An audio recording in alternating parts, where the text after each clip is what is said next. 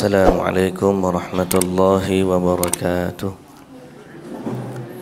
Bismillahirrahmanirrahim. Alhamdulillahi rabbil alamin. Wassalatu wassalamu ala ashrafil anbiya'i wal mursalin, Nabiyyina Muhammadin wa ala alihi wa sahbihi ajma'in. Amma ba'du. Jadi insyaAllah pada pagi ini kita kembali kepada surah An-Nisa. Kita akan baca dari muka surat 97 pada ayat 115.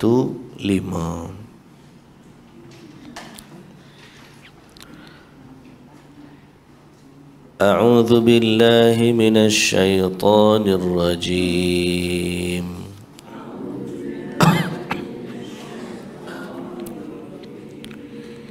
Bismillahirrahmanirrahim.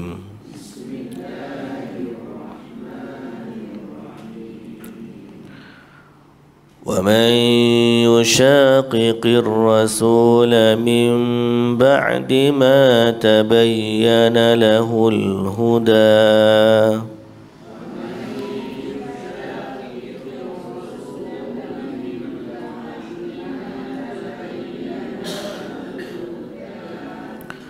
ويتبع غير سبيل المؤمنين نوله ما تولى ونصله جهنم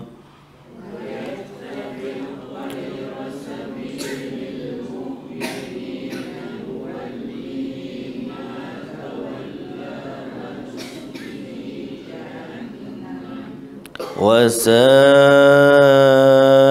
مصيرا.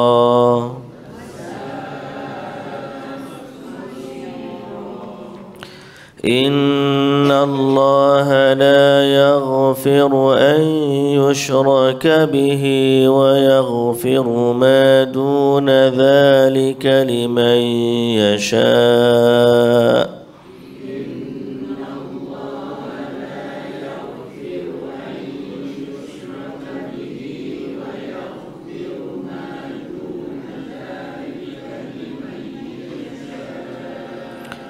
ومن يشرك بالله فقد ضل ضلالا بعيدا.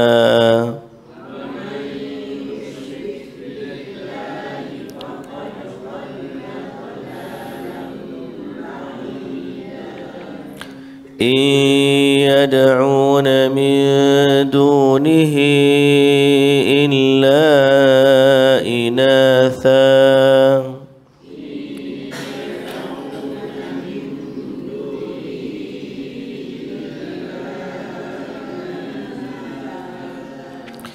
وإن يدعون إلا شيطانا مريدا.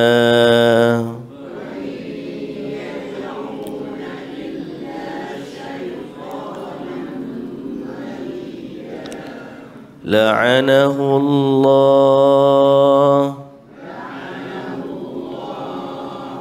وقال لأتخذن من عبادك نصيبا مفروضا.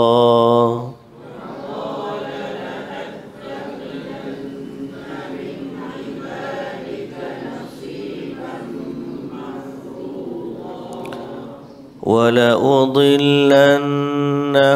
ولأمنينهم ولآمرنهم فليبتكن آذان الأنعام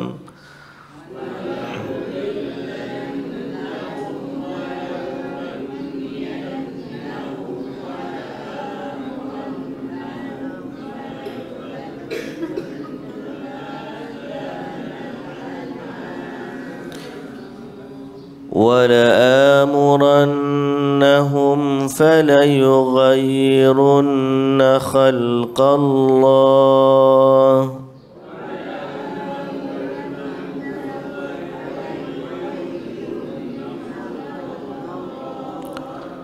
ومن تتخذ الشيطان وليا من دون الله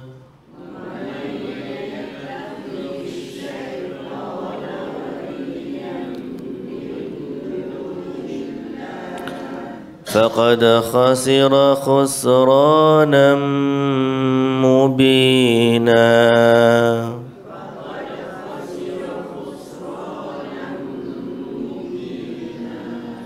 يعدهم ويمنيهم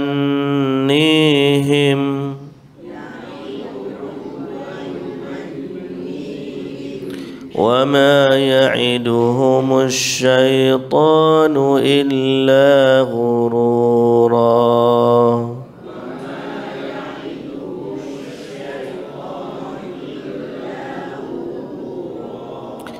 أولئك مأواهم جهنم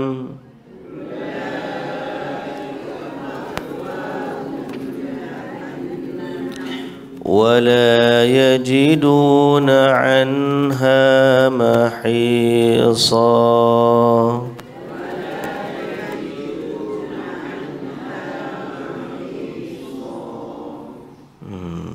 Bismillahirrahmanirrahim.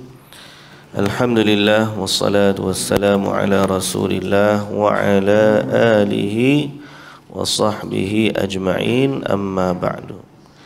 Sekali lagi kita merafa'kan setinggi-tinggi puji dan syukur bagi Allah Subhanahu wa taala, Tuhan pemilik, pencipta, pentadbir, penguasa kepada segala yang ada di seluruh alam semesta.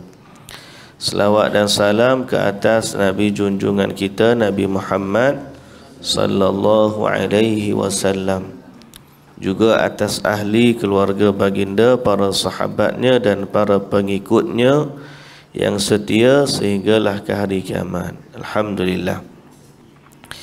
Baik muslimin dan muslimat yang dirahmati Allah, ada ayat yang kita baca pagi ini, ada padanya juga satu sebelum daripada kita baca terjemahan dia, iaitulah satu kenikmatan yang kita wajib syukuri, iaitulah Allah Subhanahu wa taala mempermudahkan bagi kita untuk membaca Quran dan memahaminya. Ini adalah satu nikmat yang Allah Ta'ala anugerahkan kepada kita. Bukan saja Allah wahyukan Al-Quran, kemudian Allah permudahkan atau Allah jaga Al-Quran sampailah sekarang masih lagi tidak berubah. Allah Ta'ala permudahkan kita untuk membaca dan memahaminya. Jadi ini Alhamdulillah, Alhamdulillah. Semoga Allah Subhanahu wa taala tetap terus mengurniakan kepada kita nikmat untuk bersama dengan Al-Quran sampailah kita mati nantilah, insya-Allah. Kerana dia adalah salah satu daripada faktor penyucian jiwa yang paling utama. Nak bersihkan hati ni, bacalah Quran. Berasa gundah gulana, bacalah Quran. Berasa macam lari, orang panggil gelecoh, tergelincir dari landasan. Nah, kita ni kadang-kadang hidup kita ni gitulah, ada pasang surut, ada apa kan. Waktu kita rasa jauh tu, bacalah Quran, insya-Allah mudah-mudahan Allah Ta'ala mengembalikan kita ke jalan yang benar. Dan semoga Allah Subhanahu wa taala memberikan kepada kita ilmu yang bermanfaat. Bila kita kata Allahumma inni as'aluka ilman nafi'an wa rizqan tayyiba wa amalan mutaqabbala, maka ilmu yang bermanfaat ni ada dua bentuk. Pertama, jenis ilmu tu. Jenis ilmu tu jenis yang bermanfaat. Kita ngaji ilmu Quran, ilmu sunnah. Ilmu yang tak bermanfaat, ada jenis ilmu, ilmu sesat. Orang dia ngaji juga. Oh, dia pergi ngaji ngatuk guru dia, duk ngadah, duk taraki, baca kitab. hebat lagi daripada kita. Usaha dia tu hebat lagi daripada kita. Ikut dengan tok guru ni habis gimana-mana kata ritik dah ni. Tapi ilmu yang dia dapat bukan ilmu yang bermanfaat. Jadi satu jenis ilmu. Bila kita kata Allahumma inni ilman nafi'an, makna jenis ilmu yang bermanfaat. Kita ngaji itu ilmu yang benar, ilmu yang sahih, ilmu yang membawa kita kepada kebenaran dan jalan hidayah. Nombor dua, ilmu yang bermanfaat ni juga ilmu yang benar yang mendatangkan manfaat kepada kita. Ada orang ngaji ilmu tu benar dah, dia pula tidak menerima manfaat dari ilmu tersebut.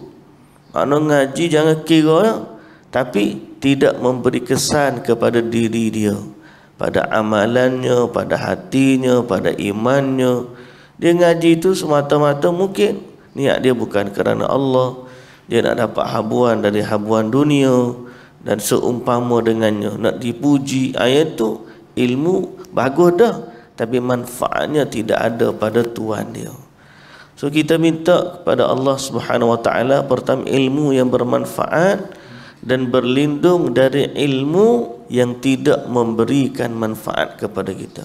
Allahumma inni as'aluka, Allahumma inni a'udzu bika min ilmin la yanfa' wa min nafsin wa min qalbin la yakhsha wa min nafsin la tashba' wa min du'ain la yusma' atau la yustajabu lah. Aku berlindung kepadamu ya Allah dari ilmu yang tidak bermanfaat, dari hati yang tidak khusyuk, dari nafsu yang tidak pernah kenyang, dan dari doa yang tidak didengar atau dikabulkan. Ini kita minta kepada Allah Subhanahu wa taala. Baik, jadi antara ilmu yang benar dan manfaat adalah ilmu Al-Quran dan ilmu sunnah Nabi sallallahu alaihi wasallam. Takkan orang kata lah ngaji ni tak betul ni, ngaji Quran ni. Mana boleh. Quran lah ilmu yang betulnya. Bila ngaji sunnah Nabi, tak boleh ni ngaji sunnah ni, ilmu sesat ni. Mana boleh kata ilmu Nabi ni ilmu sesat. Betul tak? Ilmu hak Quran kata, ilmu hak hadis Nabi kata, ilmu ni mesti ilmu yang benar. Dan memahami ilmu yang benar itu mesti kembali kepada golongan-golongan yang benar. Itulah ahli sunnah wal jamaah, para sahabat terutamanya. Mereka lah orang yang menjadi tolak ukur, penanda aras neraca kebenaran yang ada. Sebab mereka adalah orang atau generasi yang dijamin syurga. Lain daripada sahabat, tak ada. Mereka ni tidak dijamin syurga. Sahabat ni dijamin syurga. Bila Allah Ta'ala sebut tentang muhajirin, Allah Ta'ala sebut tentang ansar, Allah Ta'ala kata kullan wa'adallahul husna. Semua mereka dijamin oleh Allah dengan kebaikan. Baik muhajirin, baik ansar, dua-dua ni adalah dijamin oleh Allah kebaikan kepada mereka. Itu ni hadaknya. Jadi memahami maksud ilmu yang bermanfaat itu, sumbernya, manhajnya, dan watak siapa yang menjadi kayu ukur kepada kita. Disitulah kita minta agar Allah Subhanahu wa taala pandu kita dan bawa kita kepada jalan ilmu itu. Kalau orang tu menyelisihi apa yang Nabi bawa, kemudian menyelisihi jalan para sahabat, apa yang akan berlaku? Sesatlah dia, tak jumpalah jalan kebenaran. Dia tak akan jadi orang ni lebih pandai daripada sahabat. Oh, hebat dia. Dia dapat satu ilmu yang sahabat Nabi tak dapat. Maknanya dia akhirat nanti lagi tinggi kedudukan dia daripada sahabat Nabi. Tak akan jadi macam tu. Oh, hebatnya dia ni. Sahabat Nabi pun tak fikir macam dia. Tak akan jadi macam tu. Sebab sahabat ni, mereka ni kayu ukur kepada kemuncak kehebatan dan darjat keimanan umat. Tolak hak Nabi. Nabi ni anugerah Allah dah. Daripada pengikut ni, sahabat ni kemuncak. Kalau tak ikut jalan Nabi, tak ikut jalan sahabat, tak akan jadi kita ni lebih pandai daripada mereka. Tak akan jadi kita ni lebih baik daripada mereka. Tak ada kita kata, oh, sahabat Nabi pun tak tahu, dia tahu. Hebat dia. Tak boleh. Kenapa kita kata tak boleh? Pertama, kefahaman kita tadilah mereka adalah kayu ukur. Dan Al-Quran memerintahkan kita agar ikut Nabi dan jangan menyelisihi Nabi, serta jangan menyelisihi jalan para sahabat. Dan terutamanya jalan orang-orang yang beriman. Dan mereka lah kemuncaknya. Dan inilah ayat kita baca. Orang kata tak nak ikut jalan sunnah. Tak nak ikut jalan sunnah, dia bukan sekadar meninggalkan jalan kebenaran, bahkan dia telah memilih jalan menuju kesesatan dan neraka. Ayat hak kita baca gini adalah ayat ancaman kepada orang yang tak nak ikut sunnah. Oh, dia kata apa? Nabi ke kanan, Tok Guru ke kiri. Kita pun ikut hak Tok Guru. Kita tinggalkan Nabi. Kan? Ayat hari ni menjawab ayat macam tu, ataupun kata-kata seseorang yang dia tak suka kepada jalan Nabi. Dia nak ikut jalan dia sendiri. Maka Allah Subhanahu Wa Taala kata dalam ayat Quran, ayat 115 yang kita baca, wa man yushaqiqir rasul min ba'di ma tabayyana lahul huda. Dan barang siapa yang menentang ajaran Rasulullah sallallahu alaihi wasallam sesudah terang nyata kepadanya kebenaran petunjuk yang dibawanya. Makna orang bagi tahu dah kepada dia, Nabi buat macam ni, Rasul ajar begini. Tiba-tiba dia menentang ajaran Rasul, dia menyelisihi ajaran Rasul.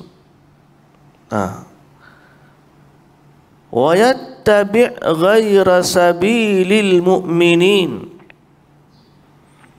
Dan dia pula mengikut jalan yang lain dari jalan orang-orang yang beriman. Orang beriman ikut Nabi, dia tak nak ikut Nabi, tak nak jadi seperti orang-orang yang beriman. Maka kata Allah, nuwallihi ma tawalla, kami akan biarkan atau kami akan berikan kuasa untuk melakukan kesalahan atau kesesatan yang dia pilih. Dalam bahasa muda, Allah biar aja dia nak hak dia nak. Mu nak pilih jalan hak selain daripada Rasul, Allah kata silakan. Nuwallihi ma tawalla, kami biarkan dia atau kami berikan kepadanya kuasa untuk dia tetap berada di atas kesesatan tersebut. Nak ikut sangat jalan tu, sila. Bahkan kadang-kadang mereka diberi kekuasaan, walaupun menyelisihi Nabi, tapi mereka diberi kuasa untuk buat hak dia nak buat. Bahkan mereka kadang-kadang dengan kuasa yang ada sekat pula orang hak nak ajak manusia ikut Rasul. Allah Ta'ala kata nuwallihi ma tawalla, kami bagi je. Mu tak nak ikut jalan Nabi, ikut. Tapi ingat kata Allah, wa nuslihi jahannam, kami akan masukkan dia ke dalam api neraka jahannam. Wasa'at masira, dan dia adalah seburuk-buruk tempat kembali. Nuwallihi ma tawalla wa nuslihi jahannam, ay idza salaka hadhihi at-tariq jazainahu ala dhalika bi an nuhsinaha fi sadrihi wa nuhassinuha bi an nuhassinaha fi sadrihi wa nuzayyinaha lahu istidrajan lahu. Kata Allah, kata dalam tafsir ni, bila dia ikut jalan menyimpang daripada jalan Nabi tu, kami biarkan dia, kami benarkan dia, dalam keadaan kami perelokkan jalan itu pada pandangannya sebagai istidraj. Istidraj ni apa? Nak biarkan dia dalam kesesatan dia, dan dia pilih jalan tersebut. Sebab itu pagi ni saya duk terfikir tentang bila Nabi sallallahu alaihi wasallam sebut syurga ni lebih dekat kepada seseorang daripada kamu, neraka ni lebih dekat kepada seseorang daripada kamu daripada tali selipar dia. Dan apa, syurga pun begitu juga. Maknanya kita ni sipi-sipi nak masuk syurga, dan demikian juga sipi-sipi nak masuk neraka. Apa maksud hadis tu? Maknanya kadang-kadang jalan kebenaran dengan kesesatan ni hampir-hampir. Kadang-kadang kita ni terlepas daripada jalan kesesatan tu, betul-betul Allah Ta'ala selamatkan kita. Kalau kita ikut hari tu, contohlah kita kata, mula kita fikir, aku ni kalaulah dulu aku Allah Ta'ala takdir pergi dengar cakap orang tu, ikut dia, tak jadi lagu ni dah. Dia fikir lagu tu. Maknanya jalan kebenaran ni betul-betul macam kita kata, takkanlah dengan sebab satu tindakan kecil seorang tu masuk neraka, satu tindakan kecil seorang tu masuk syurga. Saya dah fikir lagu mana. Kadang-kadang ada satu tindakan kecil kita di dunia ni, dalam urusan dunia, menyelamatkan kita daripada malapetaka, dan ada juga satu tindakan kecil boleh menyebabkan seorang tu terjerumus ke dalam bencana. Ada orang dengan sebab satu langkah dia berjalan, dia selamat daripada tanah jerlus. Bagi kita tengok gambar orang duduk dalam kat KL gitu kan, dia jalan-jalan, tiba-tiba dengan sebab satu langkah tu jatuh. Orang yang sama juga jalan sebelah dia, dengan satu langkah kan, terlepas. Sipi-sipi je. Kita pun kadang-kadang nak kena aksiden tu kan, orang depan tu tak sempat nak elak, dum. Kita belakang tu, Allahu Akbar, sipi, selamat. Kadang-kadang satu tindakan kecil boleh menyelamatkan, dan satu tindakan kecil boleh membinasakan. Kalau itu dalam urusan dunia, sebab tu jangan kita anggap remeh hidayah Allah ni. Dia boleh menyebabkan seseorang tu terjerumus ke dalam lembah neraka, jurang neraka, ataupun berada dalam syurga. Orang boleh masuk syurga dengan sebab syahadah. Dia mati beberapa saat sebelum dia meninggal, mati masuk syurga. Ada orang pilih jalan kesesatan, dia kata tak apalah kot, ni kita taubatlah semula. Dia pun pilih jalan tersebut, qadarallah, saat tu dia mati. Allahu Akbar. Sipi-sipi je. Berapa ramai dalam hadis Nabi sallallahu alaihi wasallam, Nabi sebut, innar rajula la ya'malu bi'amali ahlil jannah hatta ma yakunu bainahu wa bainaha illa dhira' fayasbiquhu alkitab fayamalu bi'amali ahlin nar fayadkhulaha. Ada orang ni dia beramal amalan ahli syurga dah, sehingga hampir-hampir dah dia masuk syurga, sehasta lagi nak masuk syurga. Di akhir hayat dia buat amalan ahli neraka, dia mati dalam amalan tersebut. Akhir sekali dia masuk neraka. Inna ar-rajul la ya'malu bi'amali ahli an-nar hatta ma yakunu bainahu wa bainaha illa dhira'. Ada orang buat amalan ahli neraka sehingga hampir-hampir masuk neraka, sehasta lagi nak masuk neraka. Fayamalu bi'amali ahli jannah.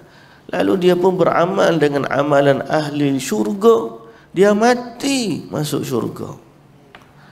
Allahu Akbar. Amalan ni dengan kesudahan, tapi nak kata kadang-kadang sipi je, sipi-sipi je. Sebab tu jangan diremehkan hidayah dan jangan disia-siakan petunjuk yang datang. Hari ni kita dapat satu hadis, satu ayat Quran, satu wahyu, satu petunjuk, pegang teguhlah.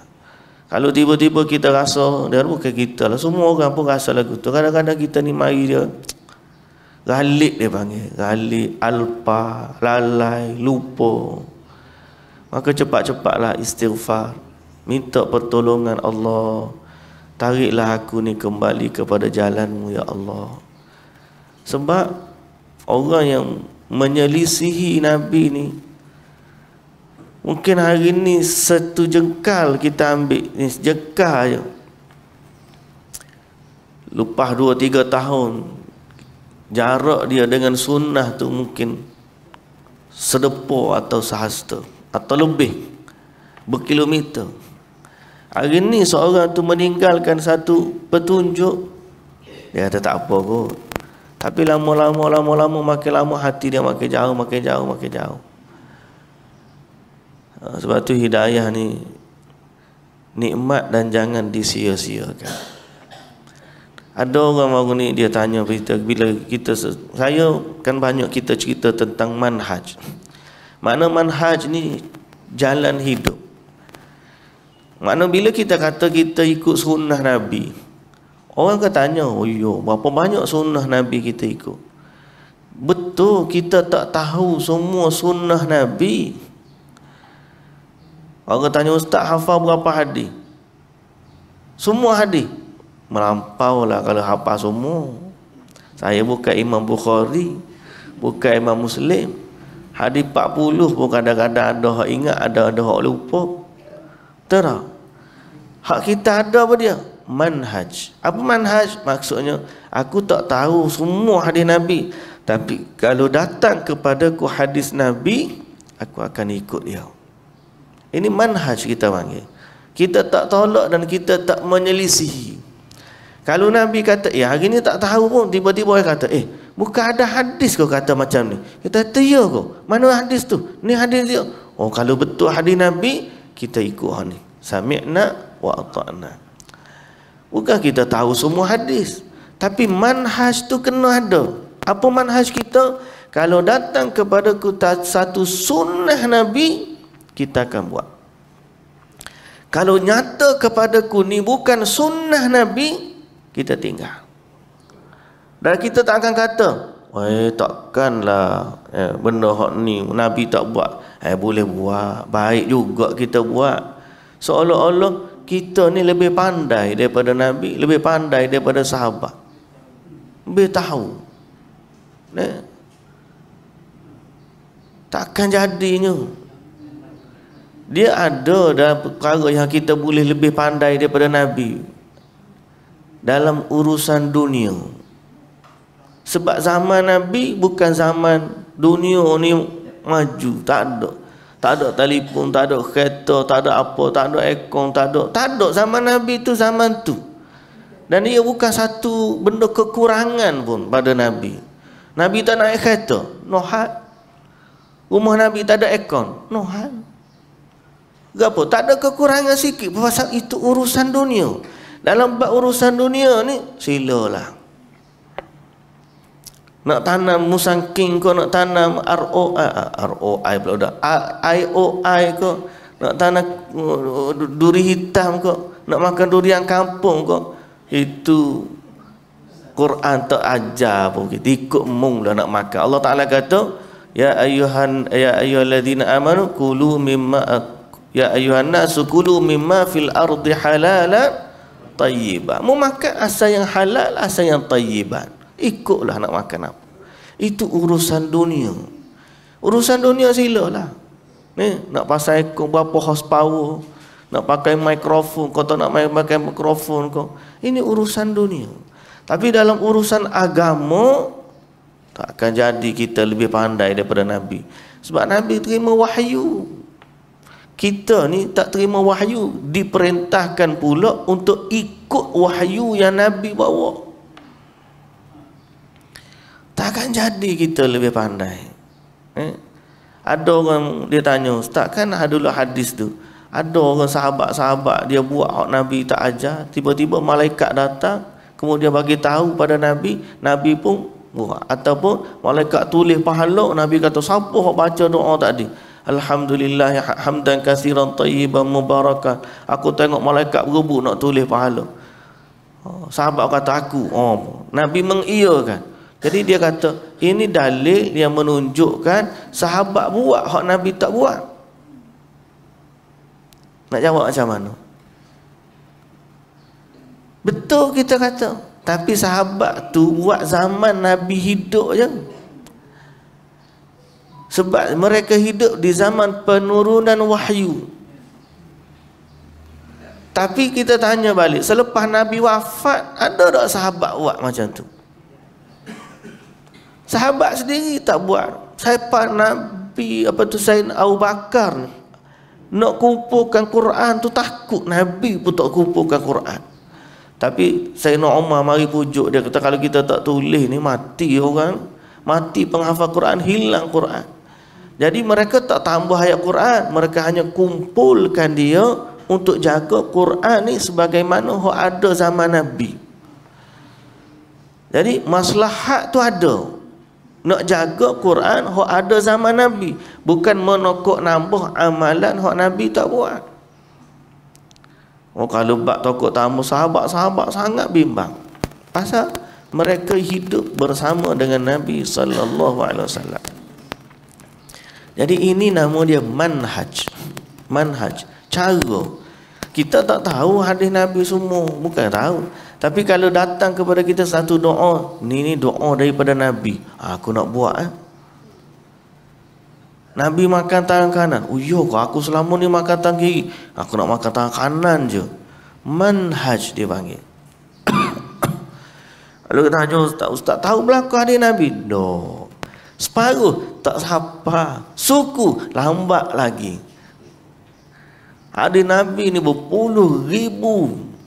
Kita ni kalau hafal 40, alhamdulillah. Ada hafal 100, alhamdulillah. Kalau hafal lebih daripada, alhamdulillah.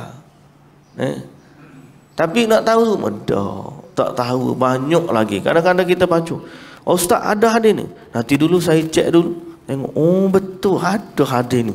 Tak aja baca, rupanya ada hadis. Maknanya memang gitulah keadaan kita.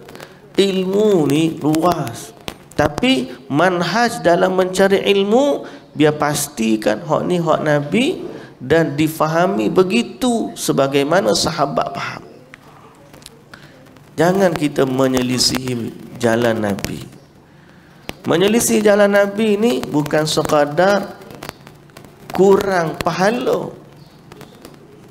kita bimbang, ni ancaman Allah. Allah Ta'ala kata, nuwallihi ma tawalla wa nuslihi jahannam. Kami bagi kepada dia apa yang dia buat, tapi kesudahan dia kami humbankan dia ke dalam neraka jahannam. Wasa'at masira. Baik, ayat ni, saya duk fikir jap malam lagi. Ayat ni memang ayat power. Ayat 115 ni. Rupanya saya bila cek-cek memang ada orang tulis satu artikel, bukan satu artikel, beberapa waqafat faedah bersama ayat Quran ni, beberapa faedah pengajaran dari ayat di satu ni. Faedah yang pertama, ayat ni larangan menyelisihi Nabi. Ayat ni larangan menyelisihi Nabi. Dan menyelisih di sini, menyelisih dalam maksud degil dan meninggalkan sunnah. Degil dan meninggalkan sunnah. Apa maksud degil? Maksud degil, tahu dah ni hak Nabi buat ni, biar hak Nabi pun aku nak buat hak tu, guru aku ajar. Oh, degil ni mana dalil hak kita kata hadis ayat Quran ni mengingatkan larangan menyelisih Nabi dan degil? Sebab dalam ayat ni, mim ba'di ma tabayyana lahul huda, setelah datang kepada mereka petunjuk. Allah Ta'ala kata datang dah kepada mereka petunjuk, tapi tetap menyelisihi Nabi. Oh, degil betul ni. Ustaz main ngajar ni hadis Nabi ni. Dia kata ustaz tu Wahabi. Gitu je dia jawab. Senang je. Kita baca Quran ni hadis Nabi ni, Nabi bagi tahu ni Nabi. Allah Ta'ala, dia tu Wahabi. La ilaha illallah. Modal dia tu je. Apa betulnya? Ni ustaz saya ajar. Ustaz saya ajar ni lebih utama daripada hak Nabi ajar. Jangan, tu degil tu orang panggil. Kalau tak tahu satu hal, ni tahu min ba'di ma tabayyana lahul huda. Hadis kita kata ni hadis Nabi ni, Nabi bagi tahu. Jawapan dia gitu ya, dia kata dia bukan upak kita ni, upak belah sana. Dia gitu ya jawab. Kata senangnya hujah dia ni. Waktu dia kata Nabi ke kanan, tok guru ke kiri, ikut tok guru. Jadi ayat pertama, ayat Quran ni kata larangan dari menyelisih Nabi dan degil dalam menentang Nabi. Yang kedua, ayat ni juga menunjukkan perintah untuk ikut Nabi. Makna ni panggil mafhum mukhalafah. Difahami dari larangan adalah perintah untuk wajib mengikuti Nabi. Yang ketiga, ayat ni juga memerintahkan supaya ikut jalan orang-orang yang beriman. Dan orang-orang yang beriman yang paling utama dari kalangan umat ini adalah sahabatlah. Abu Bakar, Umar, Uthman, Ali, sahabat-sahabat Nabi. Mereka lah orang-orang beriman yang paling istimewa.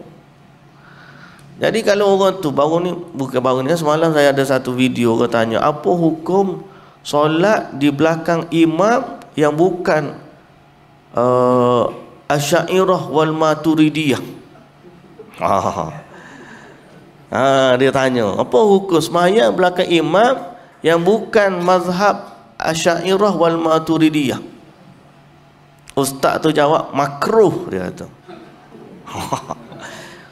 Makruh solat di belakang imam yang bukan ahli sunnah wal jamaah. Jadi kita bagilah, kalau kita tak berapa pasti orang ni geng kita ke tak geng kita, kita kata mudah-mudahan geng kita lah. Tapi kalau tahu dia bukan ahli sunnah wal jamaah, makruh kita solat belakang dia. Orang ni tanya ni Asy'ariyah wal Maturidiyah. Jadi orang patutlah ada orang ni pergi Mekah pun tak solat di belakang imam Masjidil Haram. Ada orang. Pasal apa? Wahabi. Kata lagu tu pun ada juga ni.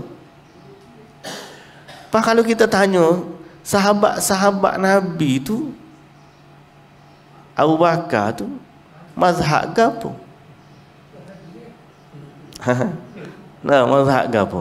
Abu Hasan Al-Asy'ari ni 300 tahun lepas Nabi wafat. Jadi ada generasi sahabat lepas tu.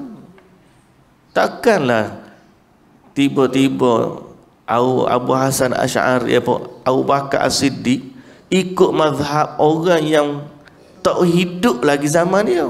Mustahil. Aduh, pelik ni. Pelik. Ada setengah tu dia pun siapa boleh kata Nabi pun ikut apa Asy'ariyah, dia kata. Aduh, pelik. Nampak sangat itu. Tapi begitulah. Larangan untuk ikut jalan orang yang bukan mukmin. Wa yattabi' ghaira sabilil mu'minin. Okey. Ayat ni ada perintah untuk mengikuti jalan orang-orang yang beriman dan larangan menyelisihi mereka. Okay. Ikut ni ikut mana? Ikut semualah. Amalan mereka, perkataan mereka, iktiqad mereka, dan jangan menyelisihi mereka pada semua tu. Jangan menyelisihi mereka. Dia kata, Ustaz, benda baik ke? Takkah soleh kita buat? Benda tu kan baik. Benda tu kan baik. Takkah kita tak boleh buat walaupun Nabi tak buat? Kan benda tu baik. Nak jawab macam mana? Nak jawab mana? Jawapan dia, awak yang kata baik. Awak kata je benda tu baik, tapi dalam agama ni kita tak boleh tengok kita kata. Kita mesti ikut. Contoh kan Imam Malik, saya pernah ni dalil ni menjadi orang panggil hujah pada semua orang yang kata benda baik, apa salahnya ni. Satu, Imam Malik ni pernah orang tanya dia. Imam Malik rahimahullah pernah ditanya, apa hukum kalau dia ni nak ihram dari Masjid Nabawi? Imam Malik ni imam Darul Hijrah, duduk di Madinah. Imam Malik bin Anas ni duduk di Madinah. Dia ngajar pun di Madinah. Jadi di waktu di Madinah, orang tanya Imam Malik, soalan dia nak berihram daripada Masjid Nabawi. Kalau kita fikir soalan ni baik ke tak baik? Baiklah. Sebab apa? Saya tolong jelaskan lagi mana baik dia. Kita ihram di Bir Ali, Masjid Bir Ali ni dekat je dengan Madinah. Lebih kurang dalam 17 km je. Nak pergi Mekah tu ada 300-400 km lagi. Madinah keluar sikit jumpa Masjid Bir Ali. Masjid Bir Ali ni pahala dia satu solat satu je, sama dengan masjid-masjid lain. Masjid Nabawi satu solat 1000. Mana lebih afdal? Afdal Masjid Nabawi ya. Jadi wajar tak kalau orang tu kata, apa boleh tak saya nak berihram daripada Masjid Nabawi? Lagi afdal daripada Masjid Bir Ali. Logik tak? Logik lah, dia sudah akal kita. Tapi Imam Malik kata, akhsha an tusibakum fitnah. Aku bimbang kamu ditimpa fitnah. Dia kata, tak ada apa-apa fitnah Imam Malik. Hanya beberapa kilometer saja, kita awal sikit daripada tu. Jadi kata Imam Malik, di manakah fitnah yang lebih besar? Di saat kamu menyangka kamu dapat hidayah yang tidak sampai kepada Nabi. Jawapan kita lah ni, bukan jawapan kita, syarahan kepada jawapan Imam Malik ni. Yang kata masjid Nabi fadilat 1000 kali ganda ni siapa? Nabi kan? Yang berihram daripada Bir Ali tu siapa? Nabi juga. Pas Nabi tak tahu kok fadilat tu 1000. Nabi yang kata 1000 kali ganda masjid dia. Dan Nabi juga yang ihram di Bir Ali tu. Apa Nabi tak tahu kau ada dalam kepalamu tu? Tahu. Habis tu apa Nabi tak buat? Nada. Maknanya kebaikan dalam kepala kita ni belum tentu baik di sisi agama. Kalau benda tu baik, mesti Nabi yang buat. Kita je kata baiknya kalau kita pergi ihram daripada Masjid Nabawi. Kita kata, tapi kenapa Nabi tak buat? Sebab Nabi tahu benda tu. Yang bagi tahu hadis 1000 kali ganda pun Nabi. Yang ihram daripada Bir Ali pun Nabi. Tapi Nabi tak fikir macam mu fikir pun. Jadi mana baiknya dia tu? Baik tu dalam kurungan. Kamu kata baik. Dari agama, itu bukan kebaikan. Itu nama dia menyelisihi Nabi. Buruk benda tu. Jadi kita dalam agama ni, jangan kita fikir aku rasa baik benda tu. Kita rasa belum tentu. Belum tentu baik benda tu. Kita rasa setiap kali kita nak selawat, kita cakap kita selawat, kita cakap kita selawat.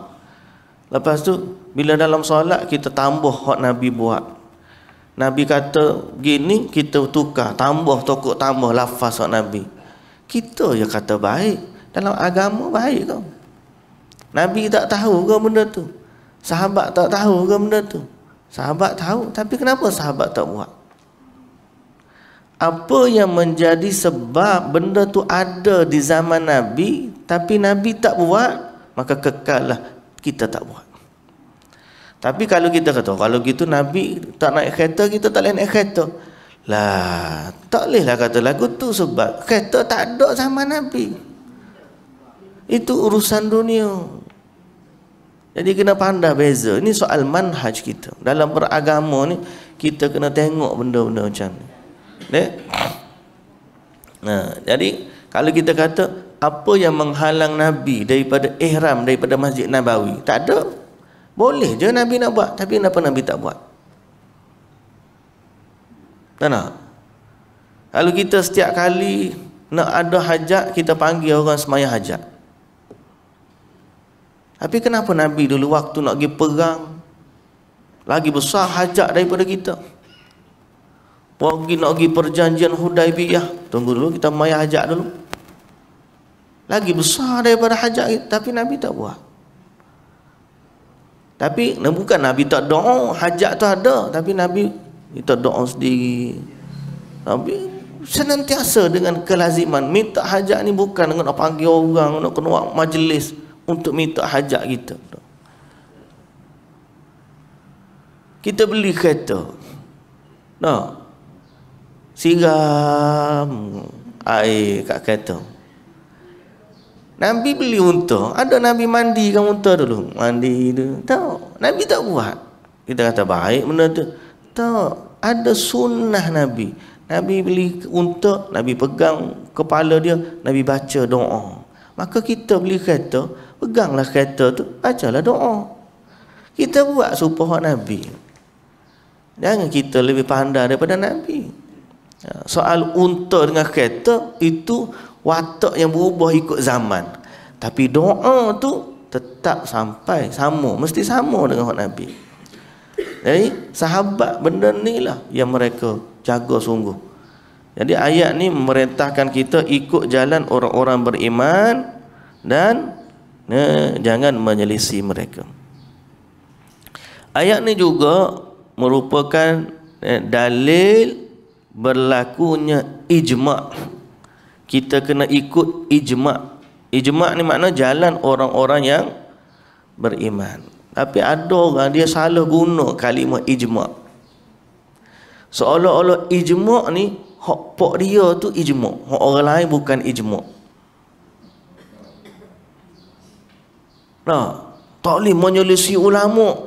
Yang dia maksud ulama' tu ulama' dia je. Ulama' orang dia tak pakai. Menghina ulama', hina ulama' dia je. Dia hina orang, ulama' lain tak apa. Dia gelar orang macam-macam nak, tak apa. Tapi orang situ sikit je buat cerita serban macam serban tok guru dia. Tak kata pun nama tok guru dia, pakai serban macam serban tok guru dia. Oh, filem ini, drama ini menghina ulama'. Padahal orang tak kata pun tok guru dia. Orang nak sebut ni contoh orang yang mengamalkan ajaran sesat. Tapi punyalah dia makan cili, pedah kali cili tu. Oh, dia pun katalah ni menghina ulama'. Padahal orang tak kata apa pun, orang tunjuk contoh je. Tapi tak hebat orang lain.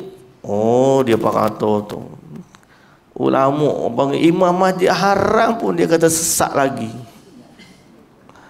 No. Tu dia tak pakai pun penghina ulama'. Dia tak kata pula hina ulama'. La ilaha illallah. Atas orang hina ulama'. Jadi apa sebenarnya berlaku? Salah guna nama ulama' dan salah guna nama ijma'. Ijma' ulama' kata dia. Ijma' mana? Ijma' ni maksud apa ijma'? Kesepakatan. Kesepakatan ulama' ni maksud apa? Bukan 4-5 orang hak awak sepakat kita jadi ijma'. Tak jadi lagu tu. Semua ustaz-ustaz kat Malaysia ni buat benda ni berlaku. Apa ustaz nak buat? Awak melanggar ijma'. Lah, kesepakatan ustaz di Malaysia belum sampai level ijma' lagi. Ijma' ni maksudnya kesepakatan seluruh ulama' dunia. Seluruh dunia. Tak ada seorang pun dari ulama' ni yang menyelisihinya. Dan biasanya ijma' zaman lah ni payah dah nak berlaku. Dia kembali kepada ijma' sahabat. Sahabat dulu tak pernah, waktu satu zaman tu tak ada seorang pun yang mengingkari perkara tersebut. Maka dia jadi ijma' di zaman itu. Waktu zaman Imam Asy-Syafi'i semua tak ada orang pun. Imam Nawawi tak ada orang pun menyelisih dia. Dia menjadi ijma' pada zaman itu. Tapi zaman kita ni payah dah nak cari ijma'. Pasal apa? Ramai terlajak orang selisih. Tapi lalu jangan guna nama ijma' kalau dia tu benda bukan ijma' ulama'. Ijma' ni makna kesepakatan semua para ulama'. Kalau setakat pak kita ni semua ustaz-ustaz buat, dia tak jadi ijma' lagi. Dia kena tengok ada tak ulama' lain yang menyelisihinya. Jadi kalau selisih bukan ijma'. Okey. Ijma' al-ummah, ijma' seluruh umat. Baik, yang seterusnya ayat ni.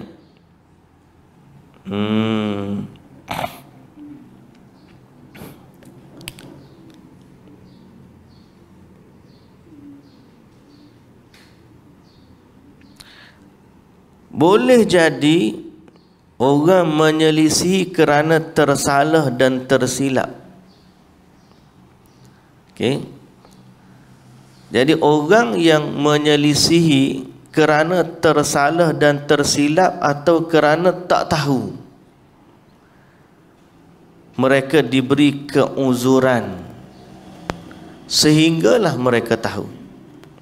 Mana dalil dia? Min ba'di ma tabayyana lahul huda. Makna setelah datang kepadanya petunjuk. Kalau dia menyelisih Nabi sebelum datang kepadanya petunjuk, lama ni saya tak tahulah Ustaz. Selama ni tak tahu sebab tak ada orang bagi tahu. Yang kedua, selama ni kita sangka memang hadis kata tapi sebenarnya bukan. Jadi selama ni duk buat ni macam mana? Semoga Allah Ta'ala menerima amalan yang kita lakukan kerana dan Allah bagi keuzuran di atas kejahilan yang kita lakukan. Nah, muka tak tahu, selama ni tak tahu. Kalau dah tahu, anda tahu lah ni nak buat hak serupa Nabi dah lah. Hak sebelum ni tak tahu. Allahu Akbar. Kita tengok di akhir zaman ni kan, pelik-pelik orang. Sambutan Maulidur Rasul dengan perarakan kereta berhias, patung-patung pun ada. Kok mana jadi lebih kurang dengan orang berarak tai pusam? Betul tak? Tengok, tak tengok dalam ni. Kalau Maulidur Rasul, bahkan bukan setakat Maulidur Rasul lah ni, sambutan pelik-pelik. Ada maulid Tok Guru, maulid ni birthday lah. Birthday Tok Guru dia pun sambut. Lepas tu berat lagi pada birthday ialah apa dia panggil? Death day ke? Hari mati. Dia panggil apa? Hari mati. Birthday hari lahir. Hari mati dia panggil apa? Death day.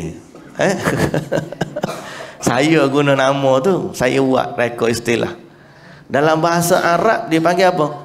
Haul. Hari haul. Hari haul, hari mati. Ingat tarikh mati.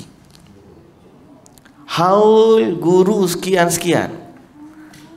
Haul tu ingat tarikh mati dia. Cukup setahun, mati dia setahun. Tahun depan ingat pula, tahun depan ingat pula.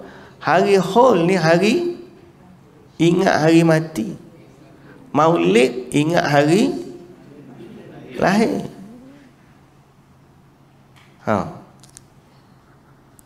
Saya pergi baru ni ada nak buat kursus haji. Mula-mula nak buat praktikal haji ada di satu masjid. Tak malas sebutlah masjid mana, tapi dalam negeri yang kita sayangi ni lah. Nah, jadi nak buat tu minta nak buat kursus haji. Pelelok dah. Tiba-tiba dapat maklumat, oh dia ada sambutan haul. Peringkat masjid, buat di masjid ni. Haul siapa saya pun tak tahulah. Tapi akhirnya dia kata tak boleh, nanti tembung. Dia apa ramai. Kalau dia buat majlis haul tu ribu-ribu orang mari.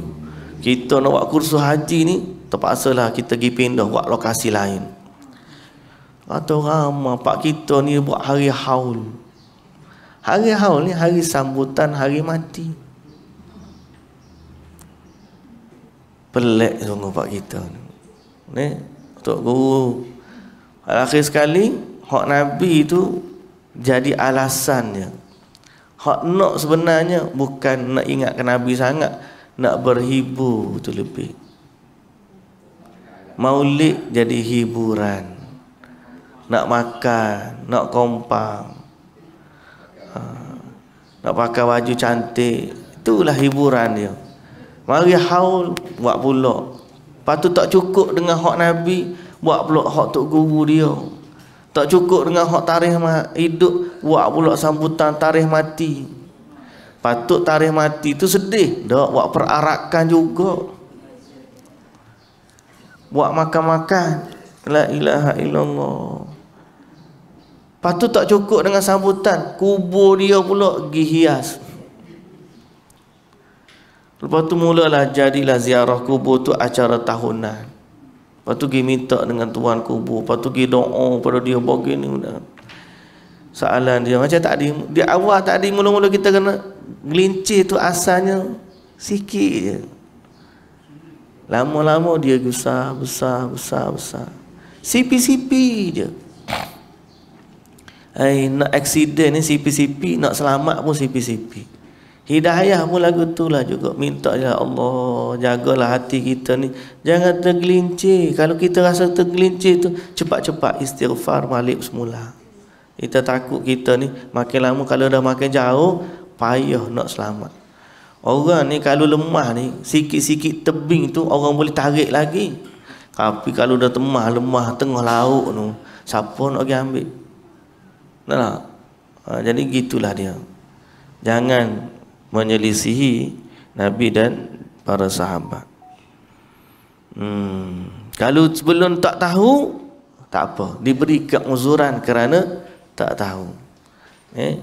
Siapa yang tak tahu diberi keuzuran. Tapi kita mintalah petunjuk, ya Allah, sampaikanlah kepadaku ilmu yang bermanfaat itu. Baik. Dan yang ke berapa dah? Dan faedah ayat yang terakhir ialah balasan bagi orang yang menyelisihi Rasul adalah neraka. Menyelisih Rasul adalah neraka. Baik. Jadi selisih yang paling utama ni tidak beriman dengan Nabi lah.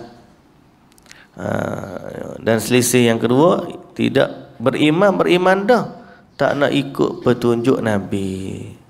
Seolah-olah Nabi ni jadi simbol saja. Jadi simbol, jadi modal. Allah apa kan, mentang-mentang dia ni keturunan Nabi, jadi simbol saya keturunan Nabi, tapi hak dia buat semuanya menyelisihi Nabi atau kebanyakannya menyelisihi Nabi. Saya kata apa? Kita ni sayang kepada keluarga Nabi, tapi kita lebih sayang kepada sunnah Nabi, ajaran Nabi. Dan keluarga Nabi ni, kalau dia ikut betul hak Nabi buat, itulah dia yang paling kita sayang. Tapi kalau tiba-tiba dia menyelisih Nabi, walaupun dia keturunan Nabi, kita pun tak ikut dia. Abu Lahab tu pak saudara lagi, tapi tetap lawan Nabi. Abu Talib pun pak saudara, tak ikut. Kita tak ikut jalan mereka. Kita lebih cinta kepada ajaran Nabi. Sebab tu dia sebenarnya zaman kita ni orang duk promosi golongan Habib-Habib ni. Habib-Habib ni dia buat promosi, konon-konon mereka ni jalan menuju syurga sebab mereka keturunan Nabi. Padahal kita kata banyak lagi Habib-Habib hak duduk ikut jalan sunnah. Kita kalau jumpa keturunan Nabi hak betul ni kan, yang betul-betul, dia tak guna modal aku ni keturunan Nabi, ikut aku dah. Pak kita ni je muka handsome sikit, kulit putih, jambang pun trim elok je. Pakai jubah putih, spek mata hitam sikit, katalah dia ni keturunan Nabi. Dia makan pun orang tolong kopek udang. Orang ajak situ gini kat orang muslimat ni kat siap bergetar lagi rusuk ni. Allah kenal juga. Apa rupa-rupanya scammer. Tu benda realiti tu berlaku tempat kita tu. Scam. Keturunan Nabi di kat Maghribi kata kami pun tak kenal dia ni siapa. Tu dia. Konon-kononnya dia daripada Maghribi, keturunan Nabi ni. Bila orang semok-semok tanya balik susu galuh keturunan tu, dia kata kami pun tak kenal dia ni siapa. Sudah. Orang duk sini duk maula ambil berkat habis dah. Kosok ke ni. Akhir sekali scam. Allahu Akbar. Jadi sebab tu kita kata janganlah modal keturunan, jangan. Saya jumpa betul pure punya, pure ke apa. Dia tunjuk ni ustaz, silsilah sanak keluarga keturunan dia ben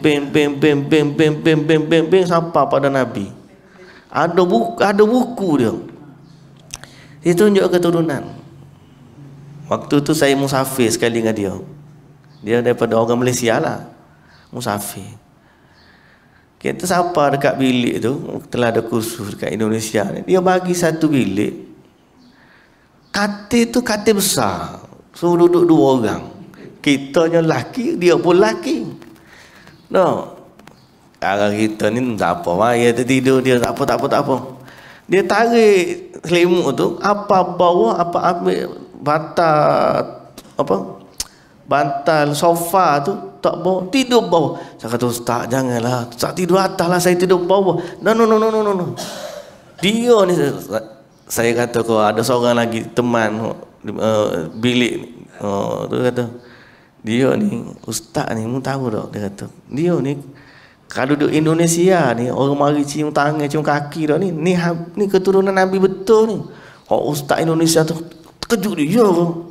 Tapi ustaz kita ni tak nak guna, tak nak tunjuk pun. Tawaduk ni, Allahu Akbar. Bukan orang yang nak guna kepentingan. Mentang-mentang aku keturunan Nabi, mu kena ikut aku. Tak. Ajaran Nabi tu hak paling utama. No, kita jumpa hak ori ni betul-betul dia tak akan guna nama Nabi ni untuk kepentingan dunia dia. Dia akan jaga nenek moyang dia. Moyang dia paling utama. Fatimah binti Muhammad pun Nabi kata, wahai Fatimah, aku tak boleh tolong kamu sedikit pun di hadapan Allah. Mungkin nak beramal, beriman, jaga. Aku tak boleh tolong. Tu Fatimah anak Nabi. Maknanya kena ikut ajaran Nabi. Bukan sekadar keturunan saja. Ni dok aja mentang-mentang modal dia keturunan Nabi, habis dia langgar habis ajaran Nabi. Lepas tu dia suruh orang ikut dia. Jangan. Ayat hari ni wa man yushaqiqir rasul min ba'di ma tabayyana lahul huda wa yattabi' ghaira sabilil mu'minin. Siapa yang menyelisihi Rasul setelah datang kepadanya atau nyata kepadanya petunjuk, dan dia pula ikut jalan bukan jalan orang mukminin, nuwallihi ma tawalla, kami beri kepada dia kekuasa apa yang dia nak buat tu. Tapi ingat, wa nuslihi jahannam, kesudahan dia neraka jahannam, wasaat masira. Ini satu ayat ni tapi power. Ayat ni memang ayat, dia panggil ayat yang cerita tentang manhaj kita. Sebab tu syarah banyak ayat ni. Cukup satu ayat tu hari ni, insya-Allah. Kita sambung besok hari pada ayat 116. Wallahu ta'ala alam. Subhanakallahumma wa bihamdika asyhadu an la ilaha illa anta astaghfiruka wa atubu ilaik. Aqulu qawli hadza wa astaghfirullahal azim li wa lakum. Assalamu alaikum warahmatullahi wabarakatuh.